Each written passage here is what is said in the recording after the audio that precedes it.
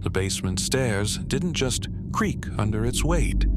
They groaned as if the wood itself was terrified.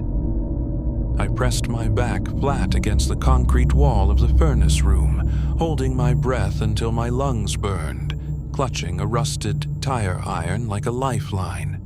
Above the low hum of the water heater, I heard it. The slow, rhythmic squeak crunch of oversized patent leather shoes dragging across the dusty floorboards. It was humming a warped, off-key rendition of a carnival march, the melody punctuated by wet, heavy breathing that sounded like someone choking on their own fluid. The beam of my dying flashlight flickered once, twice, and then died completely, plunging me into a pitch-black tomb.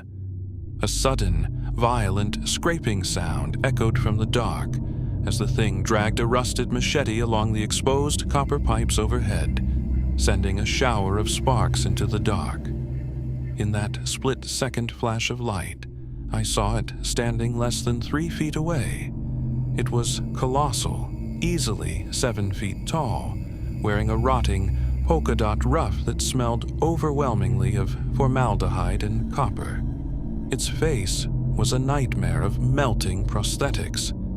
The white makeup had mixed with sweat and filth, running down its neck in gray streaks, and its smile wasn't painted on. The corners of its mouth had been crudely sliced open and stitched into a permanent, bloody grimace. It stood perfectly still in the renewed darkness, the only sound the frantic, chaotic ticking of its clockwork wind-up prop echoing from its pocket. Then the humming stopped. The silence that followed was heavy enough to crush me. The adrenaline hit my bloodstream like battery acid the moment the headlights swept across the bypass.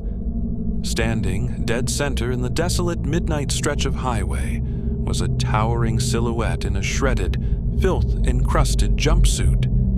I slammed on the brakes, the tires screaming as my sedan skidded to a halt just inches from its shins. Through the cracked windshield, the high beams illuminated a face born of pure delirium.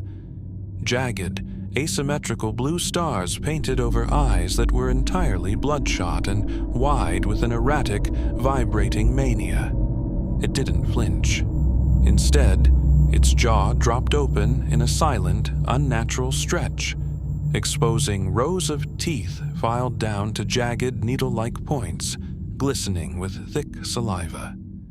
Before my brain could process the horror, the creature lunged forward with explosive, sickening speed. It threw its weight onto the hood of my car, the metal denting violently under its impact. The clown's face smashed against the glass, leaving a smear of grease paint and black grease as it began furiously hammering its forehead against the windshield. Crack, crack. Spiderwebs of shattered glass erupted right in front of my face. I threw the car into reverse, hitting the gas, but the thing clung on with demonic strength, its gloved fingers clawing into the windshield wipers while its jaw snapped rapidly against the glass, desperate to bite through. The sickening screech of its laughter pierced right through the dashboard.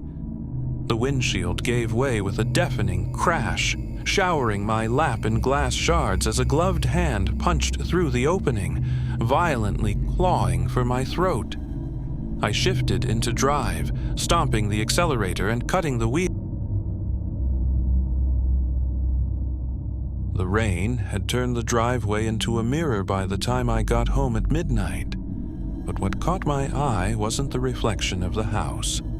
It was a single neon-pink balloon tied tightly to our mailbox, bobbing violently in the wind. When I killed the car engine, the usual neighborhood silence felt heavy, suffocating. I stepped out onto the wet asphalt, my eyes scanning the tree line until they locked onto the covered front porch.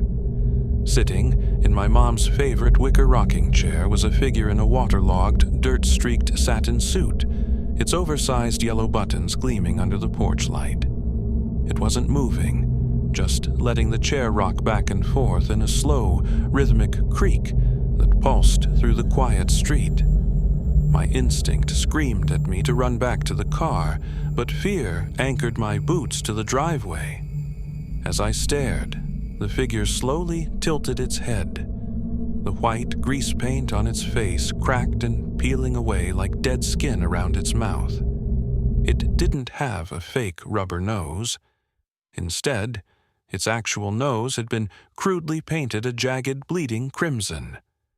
The exaggerated red smile painted across its cheeks didn't match the eyes, wide, unblinking, and completely hollow, staring straight into my soul with a freezing, manic intensity. Then, without breaking eye contact, it raised a gloved hand and placed a single, trembling finger against its painted lips, letting out a wet, raspy shh that carried perfectly over the sound of the rain. Panic finally broke my paralysis. I bolted up the steps, aggressively shoving past the rocking chair, which immediately went dead still and fumbled wildly with my house keys. I threw the door